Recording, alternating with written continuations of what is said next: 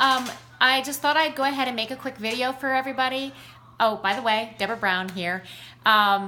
Just because I noticed that you guys were having a little bit of trouble on some of the math problems. So this video basically will help you on the quiz that you're going to take in workshop 2.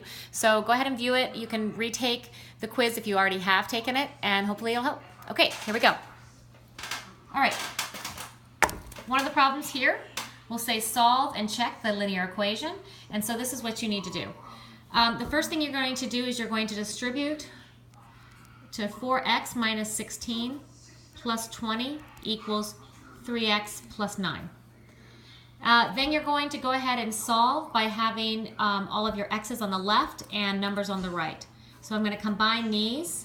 So I have 4x plus 4 equals 3x plus 9. And then subtract 4 and subtract 3x. I'm taking my x's to the left. I'm taking my numbers to the right. So those cancel. And I end up with 1x equals 5. And that's my answer. All right, let's go to the next one. Okay, the next one says subtract. So it just wants me to basically solve here. And that has an I. So that's an I there. And this is an I also. So the first step, what I'm going to do, again, since I have parentheses, I'm going to distribute the parentheses to make sure that I get rid of the parentheses first, and then I'm going to go ahead and combine like terms. So I have 3 plus 6 minus 6i plus 8 plus I. What I did basically is I took this minus and I distributed to everything, so that's why this became a plus and this became a minus. This minus I also distributed for the same reasons. Okay, now I'm just going to combine my numbers and then combine my i's. So those are my numbers. So 3 plus 6 plus 8 is going to be a total of 17. And then I'm going to combine negative 6i and positive 1i to get a negative 5i. And let's check our answer, and that's what we got. Okay, next problem.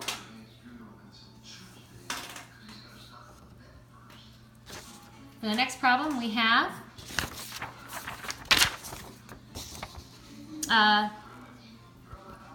find the product. And this, again, is just trying to do, what we're going to be doing is what I call FOIL, where I take the first times the first. 3 times 7 is 21.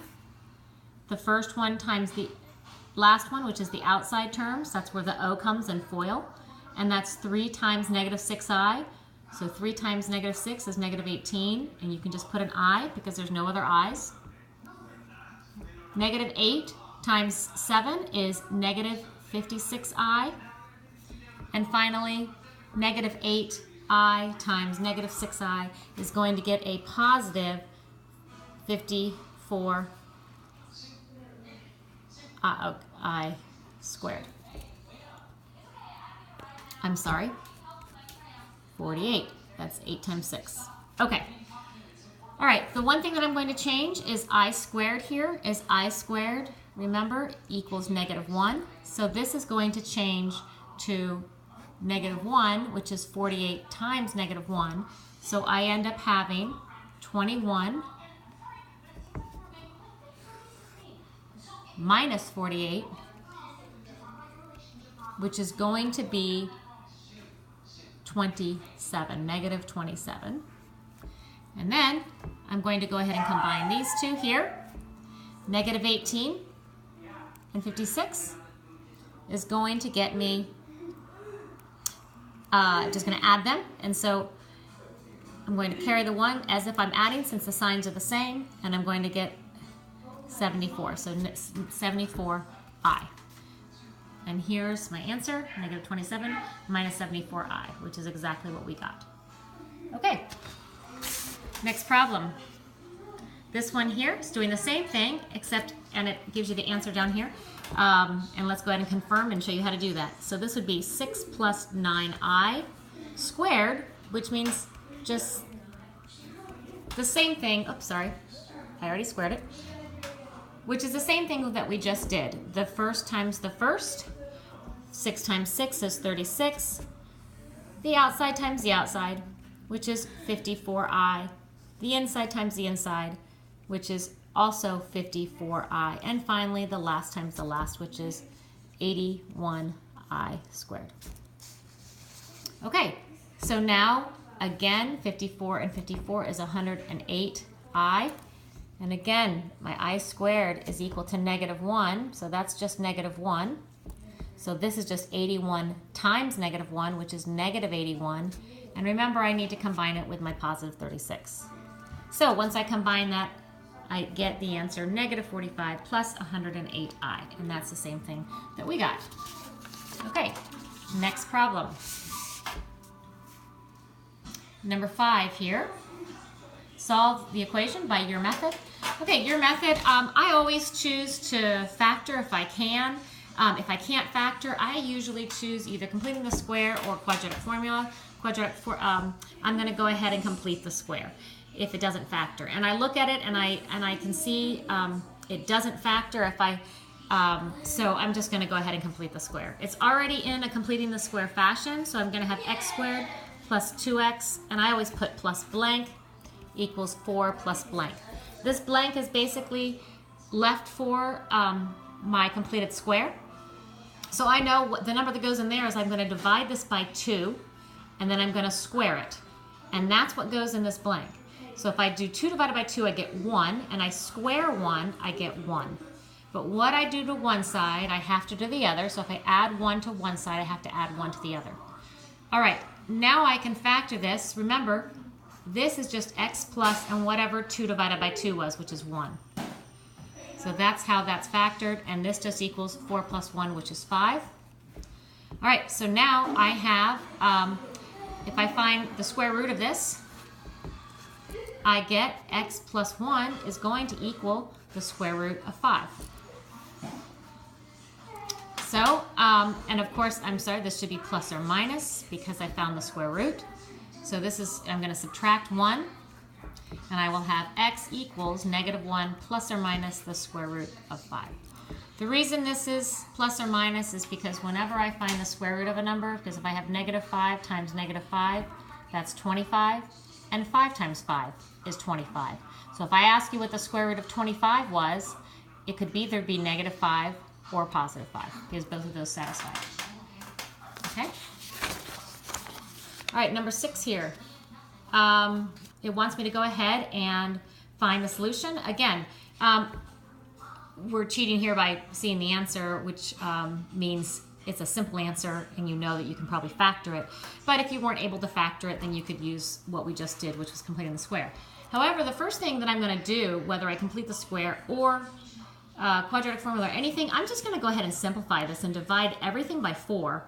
And then that will give me a lot more information of what I need to do. So I'm going to use this, x squared minus 10x plus 25 equals 0. Now I'm going to see, are there two numbers that multiply to get 5, that add to get 10, and yes, of course, x minus 5, x minus 5. Obviously, if I set this equal to 0, I get x equals 5. So that's where the 5 came from. So that one was pretty simple because you could divide out and factor. Okay, number 7. This one says, solve the given radical and check all the solutions. Okay, the reason we have to check the solutions is because I can't have a negative square root, so I have to make sure that whatever my solution is doesn't make this actually negative, because when I square something to get rid of the radical, sometimes I do what's called pick up an extra root, and I pick up an extra solution. So this is my first step, is I'm going to square both sides to get rid of that radical, and that I'm going to have 3x plus 28 equals x plus 8 squared. All right, so we're going to do a little bit of work, so I'm going to put it down here. 3x plus 28 equals x plus 8 squared, which is x plus 8 times x plus 8. You can do shortcuts in squaring this, or you can use your FOIL method like we've done, where it's the first times the first, the last times the last, inside times the inside, and the first times the last, which is going to be x squared plus 8x, which is 16x plus 64. All right, so, and that just equals 3x plus 28.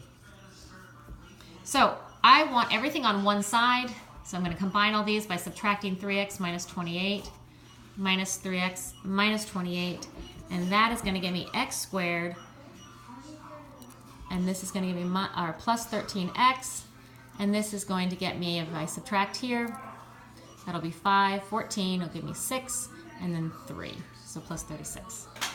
So I can look for, I can factor this if I can see what I can factor it to, or I can use quadratic formula, or I can use completing the square. I'm going to factor it because I noticed that if I have x plus 9, x plus 4, I notice that 4 plus 9 is 13, and 9 times 4 is 36. So this is going to be x equals negative 9 and x equals negative 4, because of course it's equal to 0, which I neglectfully left off.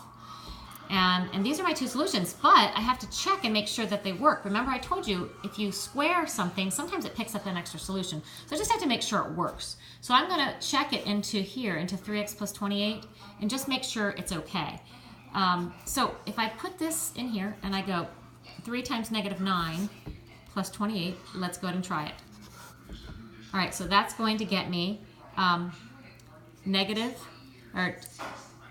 3 times negative 9 is going to get me negative 27 plus 28, and that's going to get me square root of 1, which is 1.